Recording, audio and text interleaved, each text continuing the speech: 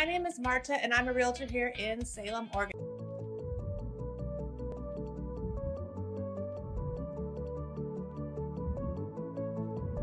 If you're looking to move to Salem or you just want to move into a newer home in Salem, there are a lot of different brand new construction homes to consider. So today I'm going to walk you through some of the pitfalls and some of the very shocking things that I have found in the new construction market. And I'm going to show you which areas of a town have the most opportunity for new construction. But before we start taking you around Salem and showing you some of the newer neighborhoods, let's talk about 6 things that you should be considering if you're going into the new construction purchase process. Number 1 is don't just look at the model home. Since land costs in Salem have increased, a lot of the builders are starting to pull back on the standard options. So one of the number 1 things you should do is not just look at the model home that the builder is showing, because it's usually full of options that cost extra money. It's important to look at a base model so you see what you're really going to get for the price. Number 2 is builder incentives. Some of the builders are offering incentives to start moving products. Some of them will buy down your rate and get that 7% rate down into the 5s and 6s, while others will offer a credit of maybe $5,000 to $15,000 to use towards your closing costs or upgrades. But these incentives usually start to dwindle as the market improves and as rates go down. Number 3, it's important to know what's coming into the neighborhood and the surrounding areas. Are there new roads coming in that you need to know about? Are the salespeople promising you a new shopping center that's been in the works for years but still hasn't materialized? Are there new schools coming into the area?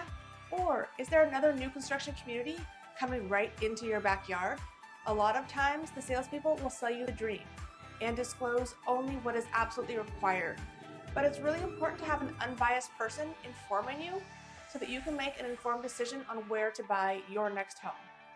Number 4 is build quality. Even though all new construction homes are built to code, not all homes are built with the same quality.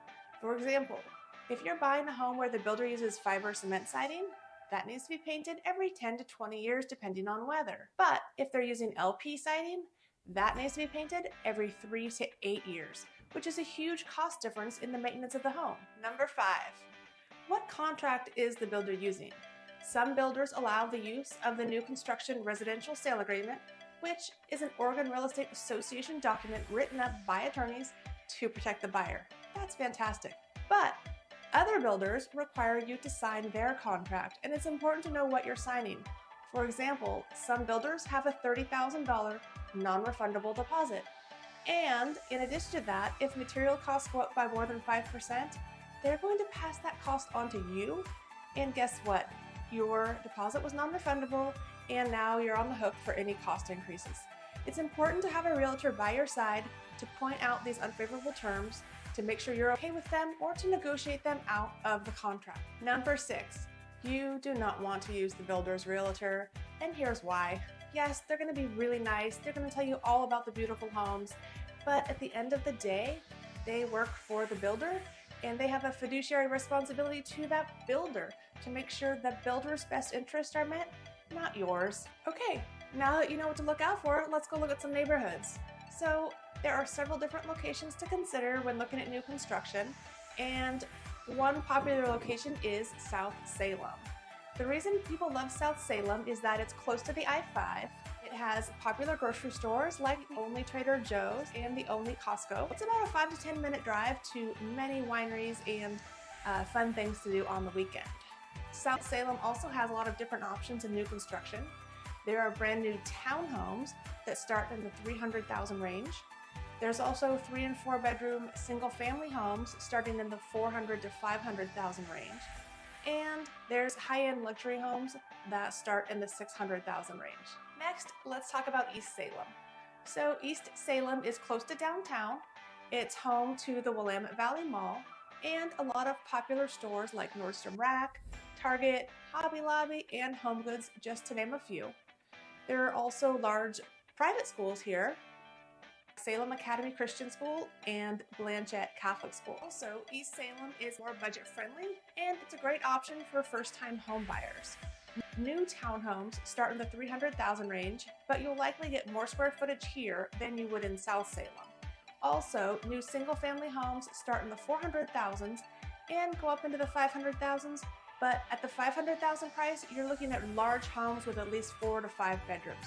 So again, East Salem, you're getting a lot more for your money, square footage-wise, than you would in South Salem. Let's also talk about West Salem. Now, West Salem is a cute little area just west of downtown. You do have to go over a small bridge that covers the Willamette Valley River, but once you get over the bridge, you'll be greeted with a small little downtown area with a couple of banks, a gym, some restaurants, and pharmacies. And it is a smaller town feel than downtown. And the homes there are a little bit more hilly, so if you're looking for a view, a home, you might have a better chance of finding a view home in West Salem than you would other areas that are a little bit more flat.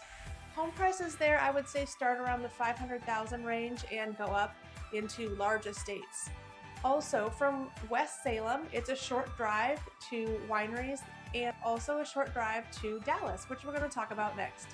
Next, after leaving West Salem, if you continue west about 10 more minutes, you'll run into a little town known as Dallas. Dallas, Oregon has a great little community that has lots of amenities like parks, pickleball courts, walking trails, and a huge indoor aquatics center. Also, the homes are generally less expensive in Dallas than they are in Salem. For example, you can get a brand new townhome in Dallas starting in the very low 300,000s and single family homes in the 400,000s. Dallas also has the only new construction 55 plus community, so if you or someone you love is looking for a 55 plus retirement community, the only new construction available in that type of home is found in Dallas. It's worth noting that Dallas is in Polk County as well as West Salem. So Salem is actually in Marion County and Polk County, and the good thing about Polk County is the property taxes are generally lower. So if you're looking at West Salem or Dallas, expect to pay less in property taxes than you would in the rest of Salem.